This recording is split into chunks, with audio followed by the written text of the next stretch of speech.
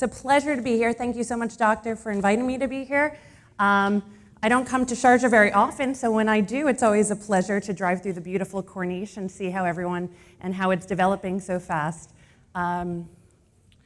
Today's topic, I'll be talking about the branding across borders. And when I talk about branding across borders, I'm not specifically talking about physically bringing a brand over a border, right?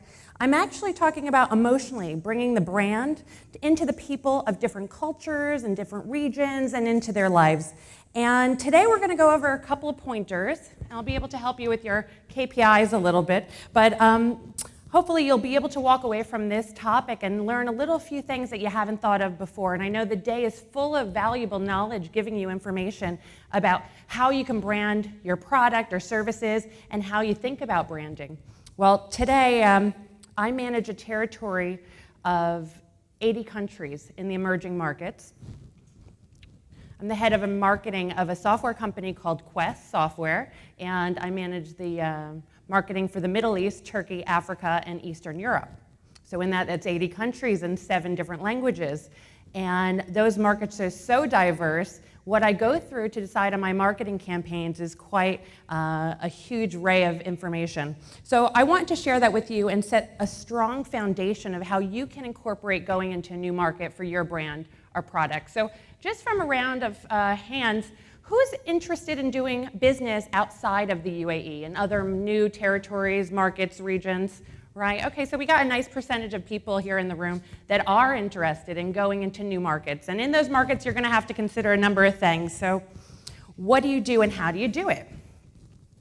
World is your oyster, right? I'm only dealing with 80 of the countries, but there's quite a lot here, and each one of them runs different ways. So how do you actually start? And when you consider a new market, what are the things that you need to first look at?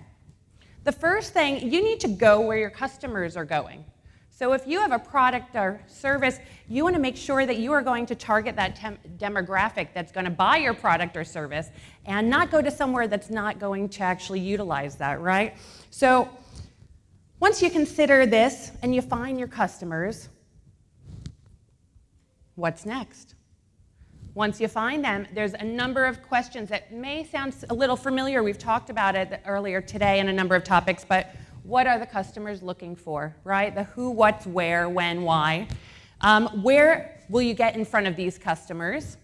How will you achieve the growth of your business? Have you set any growth actual targets and how are you going to achieve them? What are the most important methods that you're going to use to appeal to your market? And how are you going to do it differently than the competition? So there are a number of questions that you have to consider, and a lot of times people go into these new markets not even thinking about this.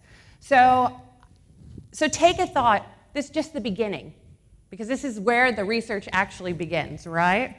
So here's the basic questions, and once you get that, what's next? All around the world, people are living their lives while brands try to appeal to their target customers. No matter what form of media is used, radio, television, computer, print, or word of mouth, there is one common objective to be achieved, which triggers the emotional reaction. While brands do everything they can to target the feelings and emotions of each customer, there are standard themes that play repetitively in advertising. Globally, customers identify with the same recognition of being smart, brave, accomplished, adventurous, generous, friendly, charming, and attractive. As these descriptions may or may not be true, before you choose which media to use, consider 5 special tips when branding in new markets over international borders.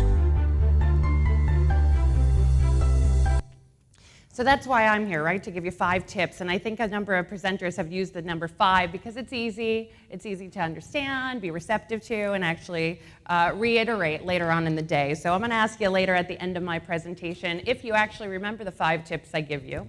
And hopefully it will be informative. So in that presentation, it was a short snippet of what we do as marketers. We appeal to the emotional reaction. We want to trigger that emotional reaction of our customers, right?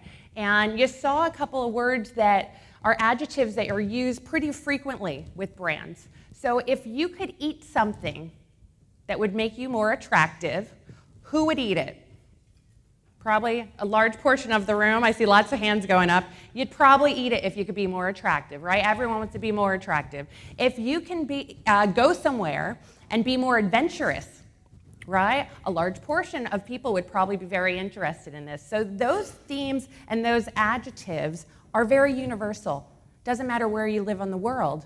Marketing is targeting those feelings and emotions and triggering that to come and actually stand out so that their customers are more willing to buy their products or services, right?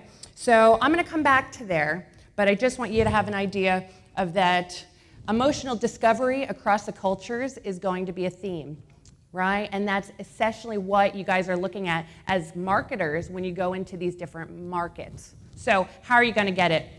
Emotions, focus, customers on feeling like a brand has an emotional presence. Okay? This is, who's been on Facebook? I think the whole room is Facebook, right? And I bet every single person in this room has picked like, love, right? Or even sadness when they've seen something that makes them happy, something that they really enjoy and love, or if they feel a little sad, right? So anyone in the room not use these icons? No, no hands go up. Except probably one person who's not on Facebook, right? So using that, this is a huge part of the culture that wasn't there before. Now these icons online are now providing an actual way of communication to the customer, and that we're now sharing our emotional state of mind. And that wasn't there before. Even in 2014, some marketing trends said that sentiment is the third most valuable experience that they're trying to target when they look at getting brand information from the customers.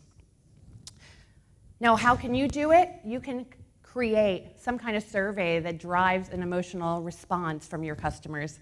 Okay, and it's a simple thing to do. Get closer to your customers, create that boundary and break that barrier so that you're able to understand how they're feeling. So it's actually quite important, and really that's the reason I'm here. So let's get into the 5 tips, shall we? After we show a little emojis, which everyone kind of loves these days, and they've really taken off. So 5 tips to branding across borders.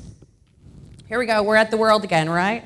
So a lot of things can happen in the world, and you gotta be aware of what's happening in the country of interest. So starting with one thing that I have is body language, which we all share, and I haven't heard anyone today talking about body language, but it's an incredible tool to use to understand who you're talking to and communicating with, right? And it's universal. It's another universal thing that you can see all over the world. People all respond, whether it be the way their eyes look, the way they talk, the way they're opening with their hands, the way they hide behind a desk.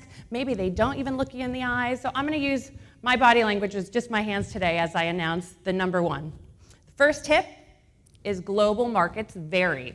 Okay, so when I say that, across the world, every different region is actually having something else going on.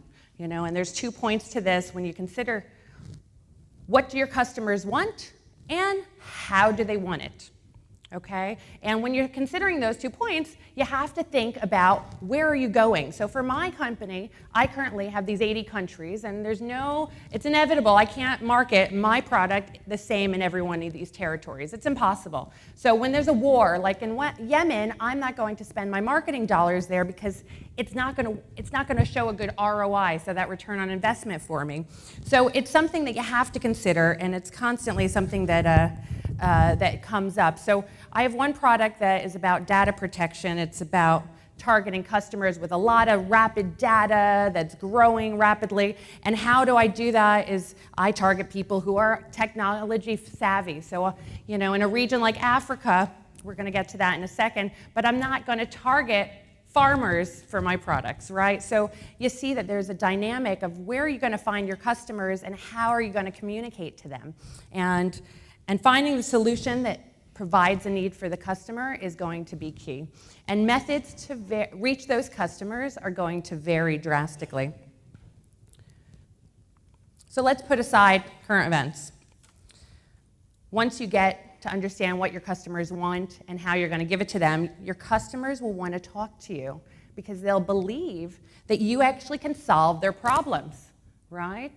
So, I love this analogy. You go to the doctor and you say, hey, doctor, I'm feeling sick. And the doctor goes, wait.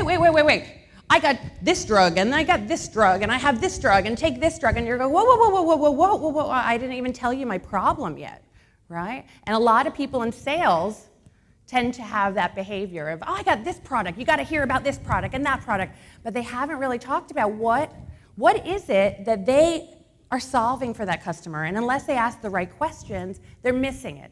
And they're missing that connection. And so when it comes to branding and it comes to sales, because we are an enhancement to any sales department, we're going to need to understand and identify what is it that solved the problem and if we actually can solve the problem, right?